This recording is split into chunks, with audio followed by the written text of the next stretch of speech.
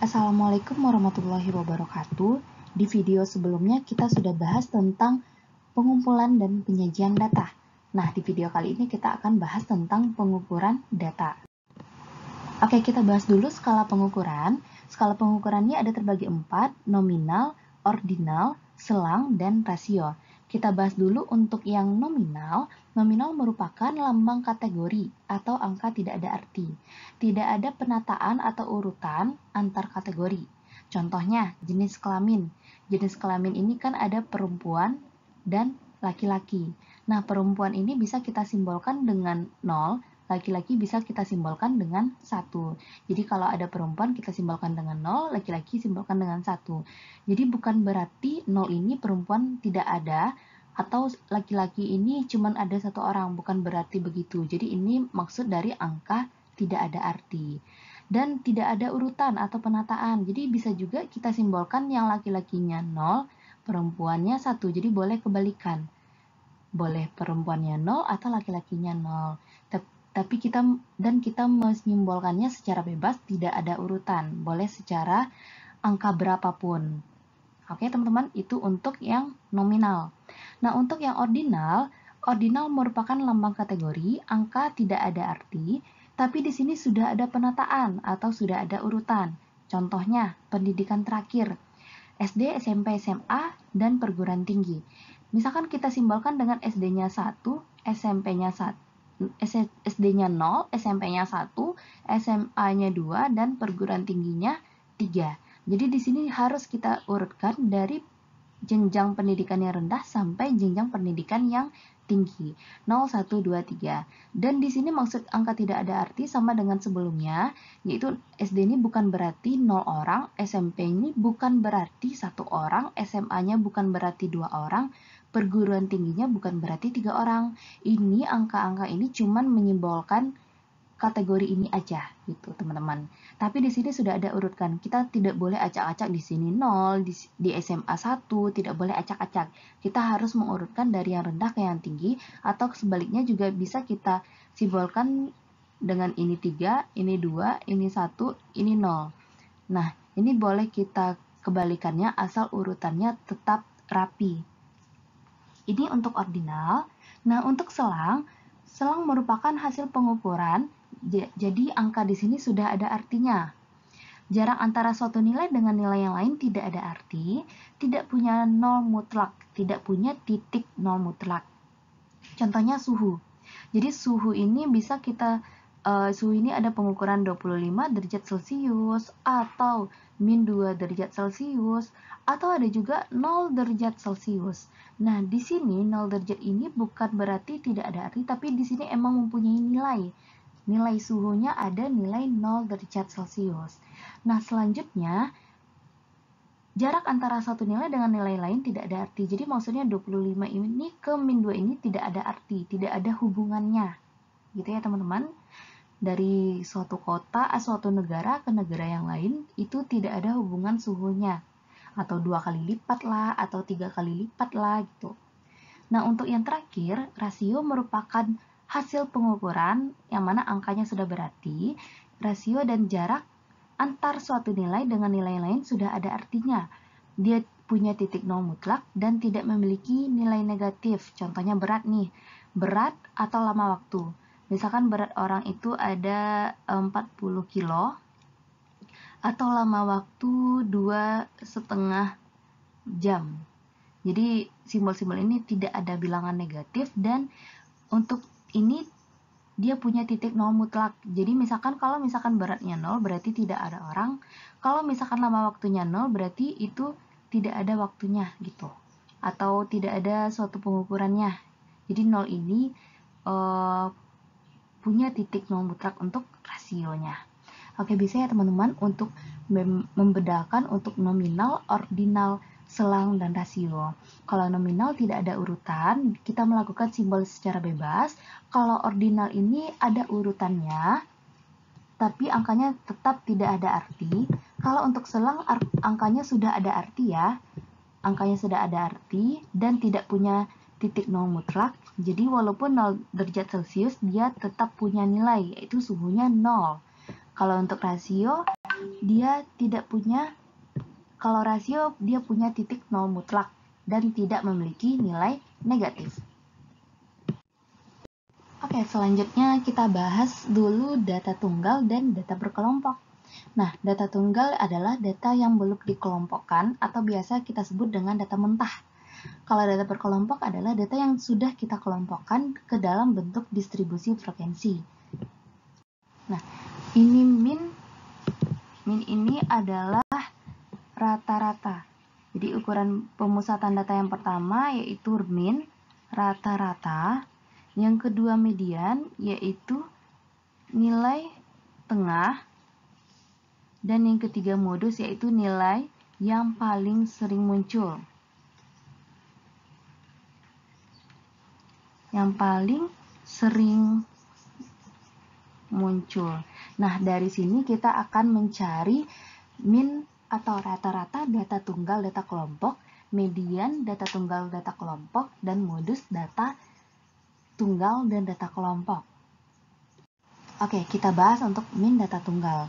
Rumusnya adalah X bar sama dengan sigma XI per N. Sigma X ini maksudnya penjumlahan semua data kita bagi dengan banyak data. Contohnya berikut adalah nilai UTS statistika elementer dari 10 orang mahasiswa. 86, 74, sampai 54. Nah, tentukan min dari data tersebut. Nah, ini adalah data tunggal ya, teman-teman. Min dari data tersebut. Kita coba cari min itu X bar. Berarti kita jumlahkan semua datanya. 86 tambah 74 tambah 81 tambah 80 sampai seterusnya sampai 54. Kita bagi dengan 10. Nah, setelah kita tambahkan nanti diperoleh 734 kita bagi 10 sama dengan 73,4. Nah, jadi hasilnya rata-ratanya adalah 73,4. Jadi begitu ya teman-teman. Untuk data tunggal cukup menjumlahkan semua datanya lalu dibagi dengan banyak data. Oke? Nah, untuk min data kelompok di sini ada rumusnya yaitu X bar sama dengan X1 kali F1 tambah X2 kali F2 sampai seterusnya Xn kali Fn per F1 tambah F2 sampai Fn. Atau bisa kita simbolkan lebih ringkas yaitu sigma. Sigma ini adalah jumlah Xi kali Fi per sigma Fi. Nah, ini ada keterangannya. Jadi Xi itu adalah nilai tengah kelas ke I dan Fi ini adalah frekuensi kelas ke I. Biar lebih paham kita praktekkan ke contohnya. Nah, perhatikan data tabel berikut. Ini ada kolom nilai dan ini ada kolom frekuensi. Jadi kita bacanya nilai dari 31 sampai 40 3 mahasiswa. Nilai dari 61 sampai 70 diperoleh oleh 11 mahasiswa. Begitu seterusnya. Nah, pertanyaannya adalah nilai min dari data tabel berikut adalah di sini ada ABC-nya. Nah, oke, kita jawab. Nah, langkah pertama kita tambahkan dua kolom sebelah kanan yaitu XI atau nilai tengah tadi. Setelah itu FI kali XI. Nah, untuk XI ini kita akan mencari nilai tengah dari 31 sampai 40. 31 sampai 40 itu ada sebanyak 10 data, yang mana di tengah-tengahnya adalah 35 sama 36 kan? Nah, jadi di tengah-tengah 31 sama 40 ini adalah ada 35 sama 36. Nah, di sini kita cari tengah-tengahnya adalah 35,5. Ini dia. Begitu juga untuk 41 sampai 50, 45,5. Begitu juga sampai ke habis, 85,5. Ini adalah nilai tengahnya. Nah, untuk kolom yang terakhir, kita kalikan dengan frekuensinya dengan XI-nya. Jadi, ini maksudnya urutannya. Ini yang pertama, ini yang kedua, ini yang ketiga, seterusnya. FI kali XI berarti 3 kali 35,5 diperoleh 106,5. Begitu seterusnya kita cari sampai baris ke bawah. Nah, selanjutnya frekuensi ini yang dinamakan dengan sigma FI, yaitu 40, dan FI kali XI ini itu yang dinamakan dengan sigma FI kali XI. Gitu. Setelah kita jumlahkan diperoleh 2470. Langsung kita masukkan ke rumusnya. X bar sama dengan sigma XI kali FI per sigma FI. 2470 kita bagi dengan 40 sama dengan 61,75. Jadi nilai min dari data yang diberikan pada soal adalah 61,75. Oke, begitu ya teman-teman. Diulang lagi, kalau untuk cari rata-rata, kita cukup mencari nilai tengah dan mengkalikan frekuensi dengan nilai tengah tersebut. Setelah kita mengkalikan nilai tengah tersebut dengan frekuensi, kita jumlahkan dan lalu kita bagi. Oke, selanjutnya kita akan bahas tentang median. Median ini adalah segugus data yang telah diurutkan dari yang terkecil sampai yang terbesar, atau dari yang terbesar sampai yang terkecil. Pengamatan yang tepat di tengah-tengah bila banyak datanya pengamatan ganjil. Kalau misalkan banyak pengamatannya genap, rata-rata kedua pengamatan yang di tengahnya. Jadi kalau itu yang genap. Nah, kita lihat ini simbolnya X bar sama dengan XN tambah 1 per 2 kalau datanya ganjil. Jadi maksudnya kalau datanya sebanyak ganjil, misalkan di sini ada 2, di sini 3, di sini 4. Jadi datanya ada sebanyak 3 buah data. Jadi untuk mediannya langsung kita ketemu 3, yaitu di tengah-tengahnya. Bisa kita simbolkan ya, ini data. Di sini ada 3 buah data ditambah 1, kita bagi 2. Berarti 4 bagi 2, berarti data kedua, yaitu angka 3. Ini data pertama, ini data kedua, ini data ketiga. Jadi mediannya adalah 3. Jadi ini maksud rumusnya. Nah, kalau misalkan datanya genap, misalkan ada sebanyak 2, 3, 4, 5. Di sini ada 4 buah data, X1, X2, X3, dan X4.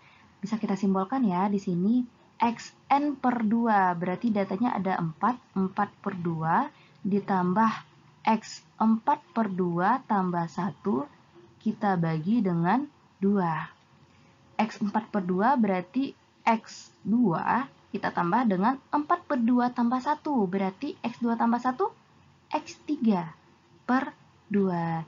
Jadi kita ambil data kedua, yaitu 3 tambah 4, kita bagi 2. 3 tambah 4 diperoleh 7. 7 bagi 2 diperoleh 3,5. Jadi median dari data genap ini adalah 3,5. Begitu ya teman-teman. Ini untuk kalau datanya genap. Jadi lebih gampang kalau kita ketemu datanya sebanyak bilangan ganjil. Oke? Nah, di sini ada contoh dari median data tunggal. Berikut adalah nilai UTS Statistika Elementer dari 10 orang mahasiswa jurusan Matematika angkatan 2007, yaitu 86, 74, sampai 54. Tentukan median dari data tersebut. Oke, terlebih dahulu untuk mencari median ini kita akan urutkan datanya dari yang terkecil ke yang terbesar. Yang terkecil yaitu 54, selanjutnya 55, selanjutnya 65, 70, 74, 79, 80, 81, 86, dan 90. Oke, pas ya. Ada 10 data.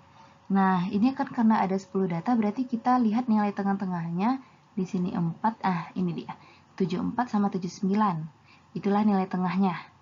Sama kayak tadi, boleh juga kita pakai rumus yang tadi. X ke 10, X ke 10 tambah X 10 per 2 tambah 1, kita bagi dengan 2. Berarti data kelima kita tambah dengan data keenam, kita bagi 2. Data kelima adalah 74, berarti 74 ditambah 79, kita bagi dengan 2. 74 tambah 79 diperoleh 153, kita bagi dengan 2, diperoleh nantinya 76,5. Jadi median dari data tunggal ini adalah yang terletak di tengah-tengah ini, yaitu 76,5. Jadi berikut ini yang median data tunggal. Bisa ya teman-teman untuk ini. Nah, selanjutnya kita akan bahas tentang median data kelompok. Nah, di sini ada simbolnya atau rumusnya. Me itu simbolnya yaitu median, atau median ini juga bisa kita samakan dengan Q2, yaitu kuartil tengah atau kuartil yang kedua. Sama dengan TB, TB itu tepi bawah kelas median, ditambah setengah dikali N ini adalah jumlah seluruh frekuensi, dikurang FK, FK ini simbol dari jumlah frekuensi sebelum kelas median, dibagi dengan FI, frekuensi kelas median. Setelah itu kita kali dengan P itu adalah panjang interval. Jadi ini kan formula rumusnya. Biar lebih paham, kita akan lakukan atau kita akan jawab step by step. Terlebih dahulu kita harus cari dulu kelas mediannya terletak di mana. Oke, ini ada contohnya. Perhatikan data pada tabel berikut. Ini sama kayak tabel yang tadi, dan ini ada frekuensinya. Sekarang kita akan mencari nilai median dari tabel tersebut. Dan ini ada di ABC-nya. Oke. Jumlah data yang diberikan pada tabel adalah 40. Nah, berarti N-nya adalah 40. Sekarang kita akan mencari letak kelas median. Nah, untuk mencari letak kelas median adalah banyak data kita bagi 2 atau setengah kali N, yaitu 20. Jadi, kita akan menambahkan satu kolom sebelah kanan, yaitu frekuensinya. Ini 3, FKK ini, berarti setelah itu 3 tambah 5, 8, berarti ini yang akan kita tambahkan. Ini dijumlahkan, hasilnya 8, terus yang 8 ini dijumlahkan dengan 10, hasilnya 18. 18 ini kita jumlahkan dengan 11, diperoleh 29. 29 dijumlahkan dengan 8, 37. 37 kita jumlahkan dengan 3, diperoleh 40. Jadi ini frekuensi kumulatifnya. Nah, kita tadi ketemu kelas mediannya ada di data ke-20. Kita lihat, ini kita bisa membacanya data pertama sampai data ketiga terletak di sini. Ini 1 sampai 3.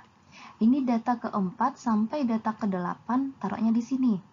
Data ke-9 sampai data ke-18 taruhnya di sini. Nah, di sini data ke-19 sampai data ke-29 taruhnya di sini. Otomatis angka 20 atau data ke-20 taruhnya di sini kan, teman-teman? Berarti data ke-20 ini adalah berada di nilai 61 sampai 70. Jadi inilah yang kelas mediannya. Jadi mediannya ada di sini. Pasti mediannya berada di nilai rentang 61 sampai 70. Oke, selanjutnya kita akan melihat atau mencari tepi bawah kelas median. Karena kelas mediannya di antara 61 sampai 70 yang ini, berarti 61 kita kurang setengah diperoleh 60 setengah. Jadi inilah TB-nya. Nah, selanjutnya kita hitung panjang kelasnya. P-nya adalah misalkan dari 61 ke 70 ada sebanyak 10. Dari 61, 62, 63 sampai 70 ada sebanyak 10. Lanjut frekuensi kumulatif kurang dari kelas median. Berarti kan karena ini kelas mediannya, berarti FKK-nya adalah yang sebelum ini, yaitu 18. Jadi ini dia 18. Dan frekuensi kelas mediannya yang simbol warna pink ini, yaitu 11. Nah, setelah kita dapat nilai masing-masing, bisa langsung kita substitusi ke rumus median data kelompok. Median data kelompok adalah TB tadi 60 setengah, ditambah setengah dikali N. Itu kelas untuk mencari kelas median tadi, yaitu setengah kali 40 dikurang 18 dibagi 11, kita kali dengan panjang kelasnya ada 10. Jadinya 60 setengah tambah ini 20 kurang 18 diperoleh 2. 2 kali 10, 20 dibagi 11, 1,82. Lalu 1,82 ini kita tambah dengan 60,5. Diperoleh 62,32. Jadi nilai mediannya adalah 62,32. Opsi yang E. Oke, begitu ya teman-teman untuk mencari median. Jadi terlebih dahulu kita cari dulu yang di mana kelas mediannya, dan bisa kita cari nilai tepi bawahnya dan frekuensi kumulatif dan frekuensi kelas mediannya. Oke. Nah, selanjutnya kita akan bahas tentang modus. Modus dari segugus pengamatan adalah nilai yang paling sering muncul. Jadi modus dapat digunakan untuk semua skala pengukuran. Jadi modus ini ukuran pemusatan yang biasa digunakan untuk data berskala nominal. Nominal, ingat ya teman-teman, nominal tadi yang bisa kita simbolkan dengan angka, namun angka itu tidak ada arti. Nah, contoh ini ada modus dari data berikut. Nah, tentukan modus dari data berikut. Berarti kita lihat yang paling sering muncul. Di antara 3, 5, 2, 6 semuanya, kalau 3 ini kita lihat dia cuma satu kali muncul. Kalau 5 ini 1, 2, 3. Ternyata 5 ini 3 kali muncul.